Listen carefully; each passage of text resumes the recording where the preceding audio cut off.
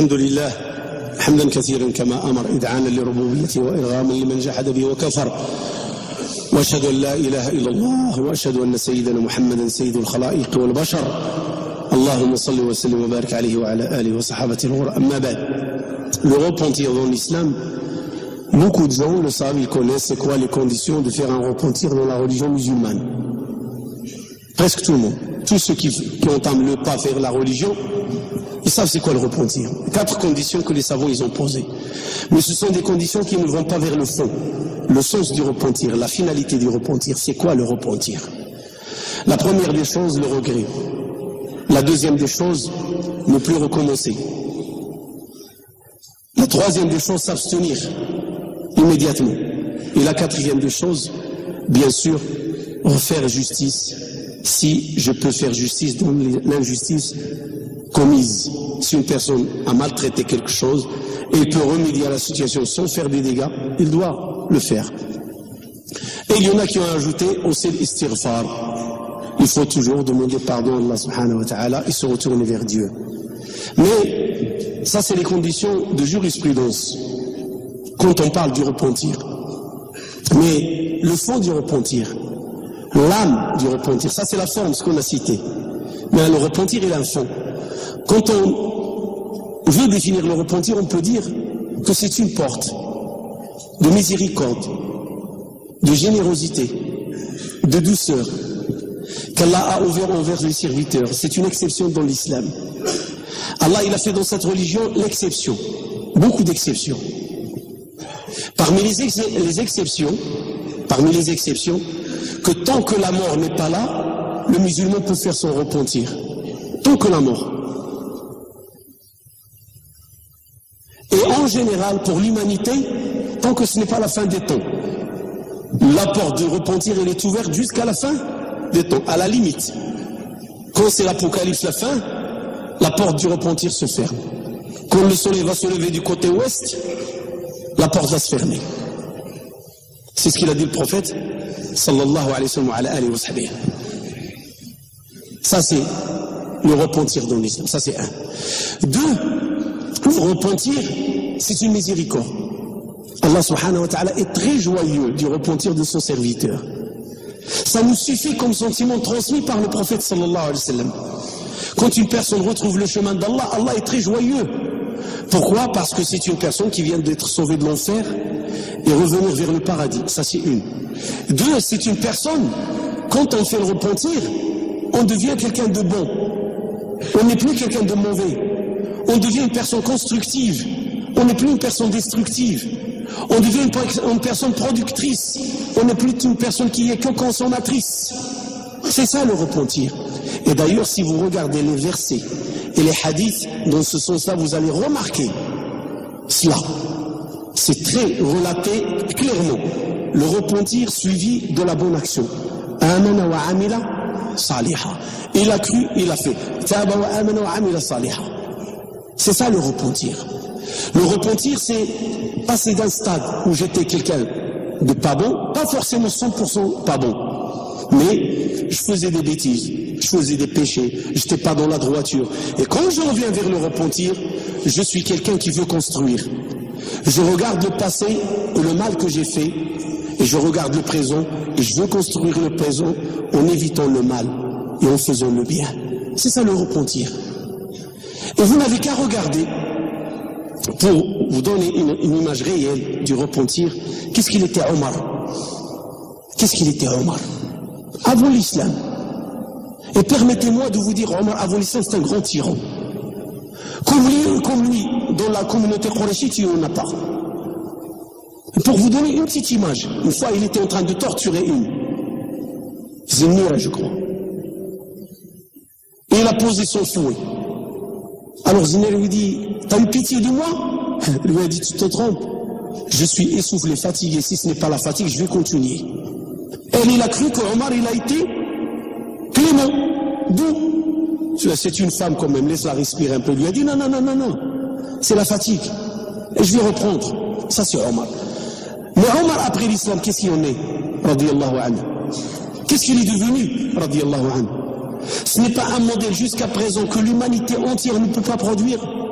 dans sa justice, dans son amour, dans sa fidélité envers la religion, envers Allah et envers son prophète, dans sa douceur, dans sa responsabilité vis-à-vis de la Oumma, comment il a assumé sa tâche de gouverneur dans la Oumma, comment il est devenu un modèle, jusqu'au point parfois quand on cite certains faits arrivés à l'époque de Omar quand il était gouverneur, les gens ne croient pas, ils disent oh, non, c'est pas possible ça. Un gouverneur sur terre a existé de la sorte, oui, ça a existé, c'est Omar. Qui a transformé Omar d'un homme dur, tyran, méchant, un homme doux, gentil, respectueux, de l'amour vers les gens, il veut leur bien, il fait tout pour être à leur service, ce qu'on appelle aujourd'hui la proximité, il a tout fait pour être à proximité de la communauté. Qui? Au point qu'à la conquête de Quds, l'ouverture de Quds, vous savez que les chrétiens de Quds, ils ont refusé de donner les clés à Abu Ubaïda ibn al-Jarrah, un autre compagnon, lui a dit non, on veut Omar. Pourquoi? Parce qu'il est écrit dans notre livre que c'est un homme de louange et c'est un homme de miséricorde. C'est lui qu'on lui donnera les clés. Et Abu Ubaïda lui a dit, il faut que tu te présentes toi-même parce qu'il refuse de nous donner les clés jusqu'à ce que tu sois là. Ça c'est Omar. Qui a produit ce produit Omar? C'est l'islam qui l'a produit. C'est ça la religion musulmane quand on parle du repentir. On ne peut pas parler du repentir, passer d'une phase à une autre, mais en gardant le fond soi-même. Parce qu'on le voit. Il y a des gens qui reviennent à la mosquée, qui font la prière, mais n'ont rien changé dans leur caractère. Ils n'ont rien changé dans leur comportement. Ils n'ont rien changé dans leur mauvaise éthique. Ils n'ont rien changé dans leur façon de stationner. Je le vois ici dans la mosquée. Et pourtant, c'est des jeunes. Une façon, vous me permettez, ce n'est pas un langage pur français, mais c'est un langage de terrain. C'est-à-dire, ils font le bon. Et pourtant, ils prient. Ils représentent une entité musulmane. Mais quand tu le vois, un musulman passe à côté de lui, ils disent pas salam. Ils stationnent n'importe comment, tu leur parles de stationnement, ils te disent t'es qui toi? Et pour moi, quand je les regarde, je ne leur parle même pas. Vous savez pourquoi? Je dis c'est des gens qui n'ont rien compris dans le repentir. Le sens, l'âme du repentir, ils ne l'ont pas retenu. Ils ont cru que le repentir, c'est pousser sa barbe, raccourcir son pantalon, faire les prières. Et bien sûr, j'ajouterai des belles voitures et guetter les belles filles. Tout ça, c'est une vérité. C'est ça le repentir. Et se prosterner à Birson. C'est ça le repentir. Et ça peut vous choquer, mais c'est un constat de terrain, de quelques éléments. Ils sont comme cela, aujourd'hui dans le terrain. Et j'assume ce que je dis, je ne crains qu'Allah. C'est une réalité. Et tu ne peux pas parler à ces jeunes ou leur dire Akhi, crains Allah. Parce qu'il est au-delà de toi. Il ne te reconnaît pas comme imam. Il ne reconnaît pas, comme je l'ai dit devant les journalistes, l'islam en France, les imams en France, les musulmans en France.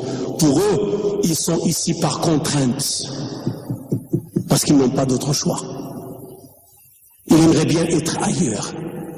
Alors ils sont avec nous comme si on est un passe-temps en attendant qu'ils trouvent meilleur. Alors là, moi je ne suis pas en train de parler, quelqu'un me dire mais tu écoutes la presse. Non. Par Allah, celui qui est élevé les cieux, que ce que je vous raconte c'est une vérité, c'est un vécu dans cette mosquée. C'est un vécu. Ici. C'est pas les masses médias. C'est pas la désinformation. Ce que je vous transmets, c'est la réalité. Et là, je m'adresse à la jeunesse. Méfiez-vous. Quand je dis méfiez-vous, c'est pas une mise en garde. C'est seulement vous dire, quand vous quelqu'un, je vous donne un exemple. Il faut être clair. Imaginez, personnellement, ça m'est arrivé. Une personne veut se convertir à l'islam. Il vient te voir pendant 4 mois. Il te pose des questions sur la religion. Jusqu'à ce qu'il devienne convaincu de l'islam. Il fait la shahada. Une fois qu'il est devenu musulman, ils l'ont récupéré. Khattabi, c'est un égaré, il ne faut pas l'écouter. Mais qui lui a parlé de l'islam? Toi ou Khattabi? Qui a répondu répondu à les questions qui l'intriguent avant qu'il embrasse la religion? Toi, Khattabi, toi ou l'imam? Pendant 4 mois de va-et-vient, il me pose des questions, je lui réponds. Dans le cadre de la miséricorde, que la religion musulmane est une religion de miséricorde. Et une fois qu'il est devenu musulman, ils l'ont récupéré. Ils m'ont excusé, j'étais méchant un peu, j'ai dit, ils l'ont douanier, ils lui ont donné un matricule. Ils ont fait de lui le modèle qu'ils veulent. Ça ne me choque pas, ça ne me touche pas, ça ne me touche pas. Mon travail est fait. Alhamdoulilah, s'il a embrassé l'islam grâce à moi, je suis gagnant devant Allah. Et s'il est dérouté grâce à cause d'eux, c'est à eux d'assumer. Mais c'est un exemple que je vous dis. Et je connais que beaucoup de jeunes ici qui sont venus me voir et qui m'ont dit, l'imam, fais attention, il y a des jeunes ici qui sont contre toi. Et je ne suis pas en train de parler pour régler des comptes personnels, hasha ma'adallah. C'est pour vous donner un constat. Aujourd'hui, j'ai 50 ans. Allah sait que j'en ai passé plus que 25 ans dans la science. Allah sait. Et pour vous donner un autre modèle meilleur, je prends Cheikh Al-Qardawi, Jazahullah khairan. Un des savants qu'on respecte. On peut être en accord ou en désaccord avec lui, mais ça n'empêche. Il est vers la 80e, il a passé 70 ans dans la science. Et je ne vaux rien devant lui. Je suis un zéro. Tout rond. Et pourtant, ces jeunes qui ne connaissent pas encore la Fatiha comme il faut, qui ne connaissent pas tous les alphabets arabes, je peux les mettre au défi. Cite-moi les 28 alphabets, cite-moi les 12 mois de l'année musulmane. Il y a des choses pour les mettre en évidence et les dévoiler, comme quoi ils n'ont pas de bagage. Ils n'ont pas de bagage. Mais pourtant, ils vont se permettre de critiquer des grands savants, de les insulter, de les traiter et de les qualifier d'égarés, et même de leur attribuer des surnoms, ce qui est méchant. Et Allah nous dit, la tanabazu bil alqab, la tanabazu bil alqab. Pourquoi? Qu'est-ce qui explique ce phénomène? Ce phénomène est expliqué parce que l'encadrement manque. Et c'est là où je reviens vers les parents. Les jeunes, je leur dis, attachez-vous aux mosquées. Attachez-vous aux imams de mosquée, parce qu'au moins l'imam il assume. Si demain tu as une mauvaise information ou il y a un dérapage, tu sais que la source, elle est là. C'est comme quelqu'un qui va au supermarché acheter et que l'autre il va dans le magasin. Tu achètes au supermarché,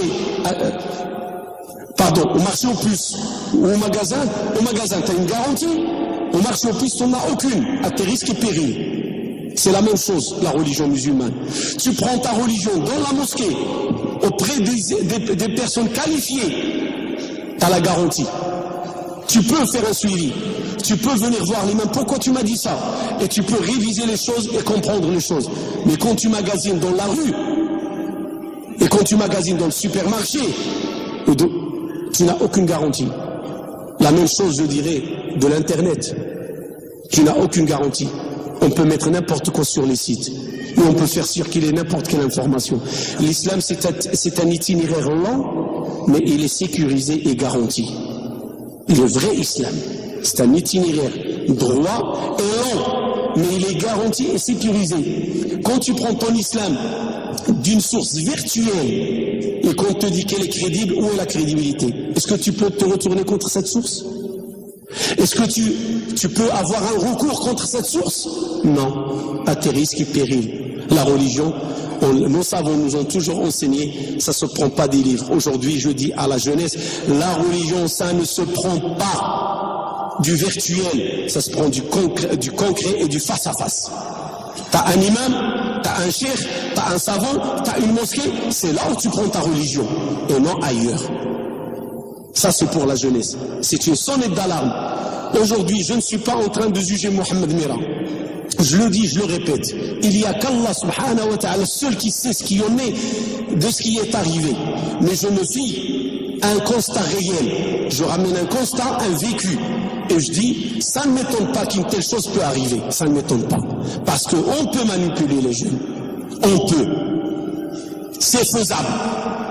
Parce qu'il y a des jeunes qui sont sincères. Il revient vers Dieu avec sincérité. Et quand il voit un frère qui lui dit salam alaikum, ahi, le sourire, il lui sort un verset coranique, un hadith, il dit ah, celui-là, il a la religion. Je vous raconte pour la blague. Une fois, on a rencontré un monsieur, on était des jeunes. Il était machal, il représente une tenue religieuse. On l'a invité chez nous, il était touriste. On l'a invité chez nous, j'ai dit, viens, on va boire un thé chez nous. Il est rentré chez nous, c'était l'heure de l'Maghrib. Il était plus âgé, on était des jeunes, je vais même citer la ville, on était à Montréal. On était une dizaine de frères. Alors on était gênés devant lui de se présenter devant lui, guider la prière. Uqsim billah. Et pourtant il vient d'un pays arabe qualifié en langue arabe. Il connaissait de la poésie, il connaissait, machallah, on a cru que c'était un savant. Machallah, la tenue, comment il est présenté. On lui a dit, tu vas nous guider à la prière. Et vous savez qu'est-ce qu'on a découvert pendant qu'il a voulu nous guider à la prière? On rigolait. Le monsieur ne sait pas faire la prière. Il a dit Allahu Akbar, il a commencé à nous citer de la poésie. Il ne savait même pas la Fatiha. On s'est fié à l'image. Et ça, c'est une réalité, c'est pas une anecdote, c'est pas une blague que je vous raconte. Je l'ai vécu personnellement. Et chacun de nous a été pris. On rigolait. On n'était plus dans la prière. Il nous a sorti, alhamdoulilah, en poésie. C'est un maître en langue arabe. Il ne sait pas prier. Ça, c'est un vécu. Alors, on ne sait pas parce que la personne, il a une barbe, ou il a un qamis, ou il a une tenue religieuse. La religion, c'est pas l'habit. Comme il a dit l'imam Malik, c'est pas le souhait ni l'habit qui fait la foi. Dis-moi ce que tu connais dans la religion. La religion est une science, c'est un savoir, c'est un encadrement, c'est un cheminement. C'est un cheminement. Alors ne crois pas que du jour au lendemain, tu peux dire à un imam qui a passé 30 ans, 50 ans, 60 ans dans sa vie à acquérir la science, toi tu ne connais rien, tu n'es qu'un égaré. C'est impossible. Impossible. En 2 ans, 3 ans que tu peux le faire. Impossible. La fatwa, c'est tout un ensemble de bagages. Se prononcer au nom d'Allah, c'est tout un bagage qu'il faut. Et le prophète sallallahu alayhi wa sallam nous a donné une mise en garde. Celui qui a l'audace envers l'enfer, c'est celui qui a l'audace envers la fatwa. Il faut faire attention. Et je me retourne vers les pères. Veillez sur les enfants. C'est ce qu'on a de cher. Si maintenant vous demandez à n'importe quel père, pourquoi tu as immigré? Pourquoi tu es ici? Pourquoi on a fait les mosquées? Pourquoi on a fait l'école coranique? Pourquoi le samedi, le dimanche, on se casse la tête à enseigner la langue arabe et enseigner le Coran? Il va te dire pour nos enfants, pour qu'ils ne perdent pas leurs identités, pour qu'ils gardent leurs racines musulmanes, pour qu'ils gardent leur relation avec Allah et son prophète. Alors je dis aux parents, former un enfant pour qu'il devienne musulman, ça nécessite un sacrifice. Sacrifice de temps, sacrifice d'argent, sacrifice de moyens. On ne veut pas que ça se produise des choses comme cela. Il y en a des gens qui veulent, je l'ai déjà dit, ça fait 1 mois quand j'ai dit la France a déclaré faillite dans les cités. Ceux qui se rappellent de ce discours, il y en a qui veulent réellement que nos enfants dérapent pour en faire de la récupération politique. Il y en a qui le veulent. Je l'ai dit l'autre jour, on m'a dit pourquoi tu as dit cela. Aujourd'hui je le confirme. Il y en a qui se frottent les mains aujourd'hui avec ce qui est arrivé à Toulouse. Il dit voilà, on vous l'a dit. On vous l'a dit, les musulmans c'est des dangereux. Les musulmans ne s'intègrent pas. Les musulmans c'est des gens qui ne connaissent que la violence. Il y en a aujourd'hui qui se frottent les mains. Ben, il n'y a qu'une façon. Encadrons nos enfants. Et que les enfants s'attachent aux mosquées, je le dis. Apprenez à s'attacher à ce qui est officiel. Dans chaque ville, il y a des mosquées. Attachez-vous aux mosquées, attachez-vous aux imams. Et attachez-vous à vos parents aussi. C'est très important parce que je sais que les parents ne voudront que le bien pour leurs enfants. Quand la mère de Mohammed, si c'est vrai, ils l'ont ramené, ils lui ont dit écoute, parle à ton fils, essaye de le raisonner. Tu es sa mère. Il leur a dit ça ne sert à rien du tout. Il ne m'écoutera pas. Vous savez pourquoi? Parce que ceux qui l'ont endoctriné lui ont volé l'amour de la mère de son cœur. Ils lui ont dit il n'y a que l'amour d'Allah et de son prophète. Allah, ils ont menti. Par Allah, ils ont menti. Il y a l'amour d'Allah, l'amour de son prophète, et l'amour et le respect des parents. Ce n'est pas moi qui le dis, c'est le Coran qui le dit. Dieu a prescrit de n'adorer que lui, et qu'est-ce qu'il y en a des parents? De bien les traiter, se comporter avec eux. Même dans le djihad, dans le combat, je ne sais pas si la bataille de Badr ou Uhud, un jeune vient voir le prophète sallallahu alayhi wa sallam, je veux sortir avec toi combattre les polythéistes, Qurayshites. Et le prophète il lui dit, comment t'as laissé ton père? Est-ce que t'as des parents? Il lui a dit oui, j'ai un père et une mère. Il lui a dit, comment tu les as laissés? Il dit, je les ai laissés en train de pleurer. Il lui a dit, non, tu ne sors pas avec moi. Retourne auprès de tes parents et fais-les rire comme tu les as fait pleurer. Remets le sourire dans leurs lèvres comme tu as mis la tristesse dans les traits de leur face. Vous voyez, ben ces jeunes, ils sont capables de faire pleurer les parents, la communauté entière. Ils ne se regardent que parce qu'on les a endoctrinés, on leur a lavé le cerveau. Il n'y a pas d'obéissance aux parents. L'obéissance à Allah, à son prophète, Allahu Akbar. Ça y est. Ben croyez-moi, ceux qui vous disent ce langage, méfiez-vous. Tu obéis à tes parents. Le paradis, c'est au niveau des parents. Tu dois obéir à tes parents. Tu dois écouter tes parents. Ils sont dans le tort, tu les écoutes. L'enfant d'Abou Bakr Abdurrahman, il a divorcé sa femme parce que son père ne l'agrée pas. Et quand il a vu qu'il souffre, Abou Bakr il a vu son fils souffrir. Il lui a dit, va retourne auprès de ta femme. Il lui a dit, mais je l'ai divorcé pour toi. Il lui a dit, non, tu souffres. Tu n'es pas capable de l'oublier. Allez, retourne auprès de ta femme. Mais quand il a vu que son père, Abou Bakr, c'est Abou Bakr, à ce point-là, il a tort. Ton père, ta mère, elle a tort. Mais cela ne veut pas dire que tu ne les écoutes pas. Vous savez, moi je me mets à la place de cette mère. Par Allah.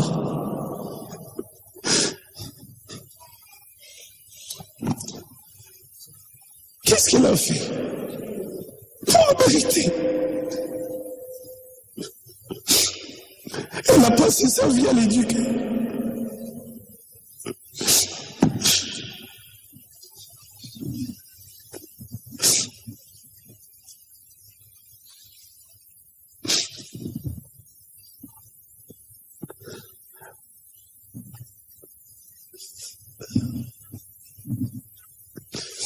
Pour pouvoir à la fin voir son fils avec une balle dans la tête. C'est pour ça qu'il l'a mis au monde.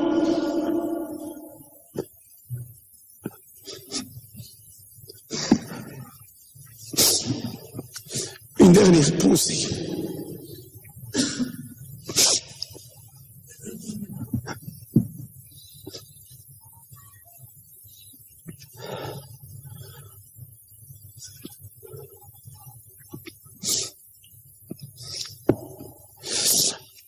Une dernière pensée au terme salafi. Ce terme noble, un terme beau, un terme masha'Allah, être salafi. Et c'est l'occasion pour que j'explique à mes frères et mes sœurs musulmans, c'est quoi être salafi? Pour qu'on règle au moins le problème une fois chez la jeunesse. Qu'on ne vous raconte pas n'importe quoi sur le salafisme. Si maintenant je fais un sondage, maintenant, actuellement, à tous ceux qui sont présents là, hommes, femmes, et je leur demande, est-ce que vous aimeriez vivre l'islam du prophète? Est-ce qu'il y a un des musulmans qui va dire non, je ne veux pas le prophète? C'est ça être salafi. Il faut simplifier les choses, non les compliquer. Être salafi, c'est vivre l'islam du prophète alayhi salatu wassalam. Être salafi, c'est vivre l'islam d'Abou Bakr, de Omar et des compagnons. Être salafi, c'est vivre l'islam des tabi'in.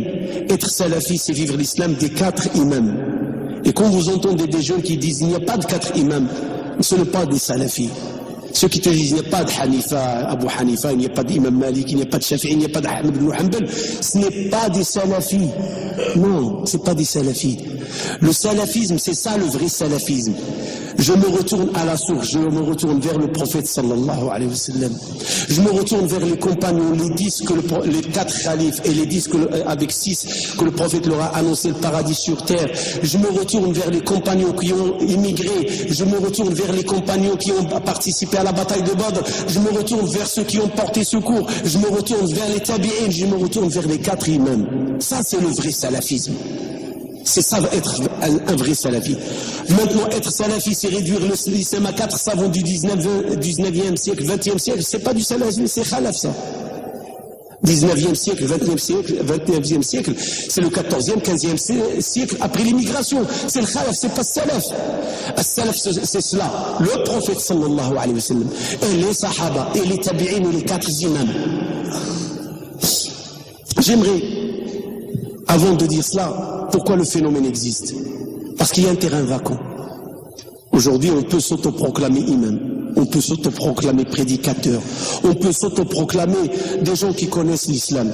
Et devant une jeunesse qui ne connaît pas, avec des livres qui circulent, qui coûtent des millions de dollars, je vous le dis, et qui sont distribués gratuitement. Tiens, lis, apprends.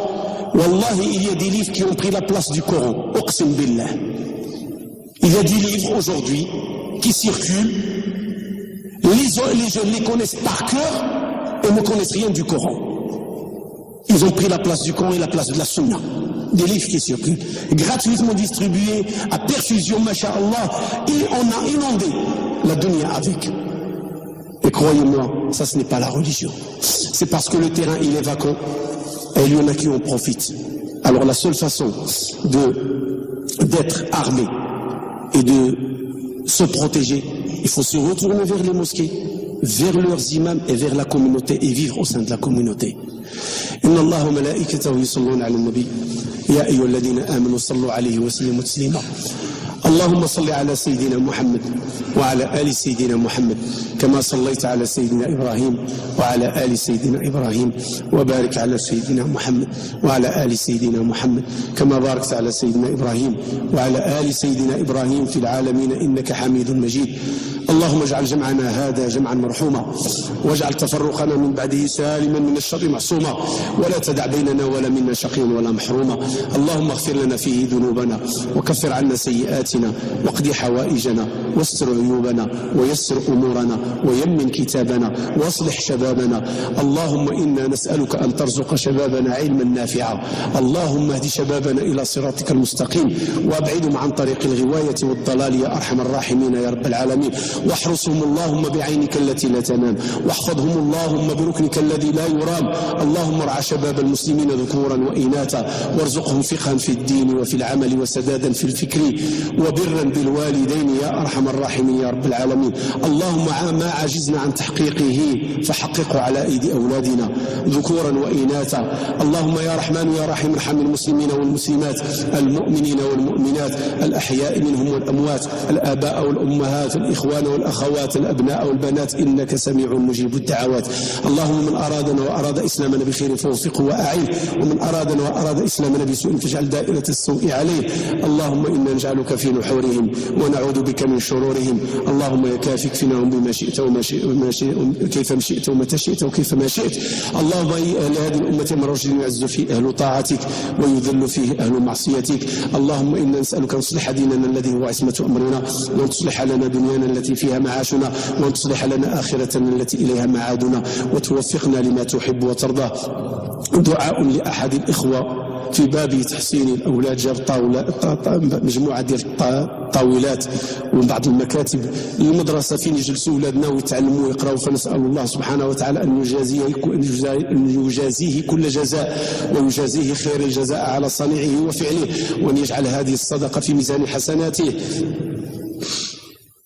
بعض الإخوة كذلك كيساهموا وأنا كان في هذه المناسبة كنذكر الإخوة كاملين اللي كينظف واللي كينقي الشجرة واللي فنسأل الله سبحانه وتعالى يتقبل من هؤلاء الإخوة وهناك جوج النساء كيدوزوا لاسبيراتور وكينظفوا المسجد ديال النساء نذكرهم في هذا المقام فنسأل الله من كل من مد يد العون في خدمة المسجد ذكورا وإناثا أن يجعل ذاك العمل في ثوابا له وفي ميزان حسناته يوم العرض عليه سبحانه وتعالى ودعاء كذلك من أم أو ابنة لأبيها بالشفاء اللهم رب الناس بالبأس يشفي أنت الشافي لا شفاء إلا شفاءك شفاء لا يغادر سقما ودعاء لأخت وامرأة تعمل العملية نسأل الله سبحانه وتعالى أن يجعلها عملية ناجحة ويجعلها عملية موفقة وأقول في الختام رب أوزعني أن أشكر نعمتك التي أنعمت علي وعلى والدي وأن أعمل صالحا ترضاه وأدخلني برحمتك في عبادك الصالحين سبحان ربك رب العزة عما يصفون وسلام على المرسلين والحمد لله رب العالمين هناك شهادة الإسلام إن شاء الله بعد الصلاة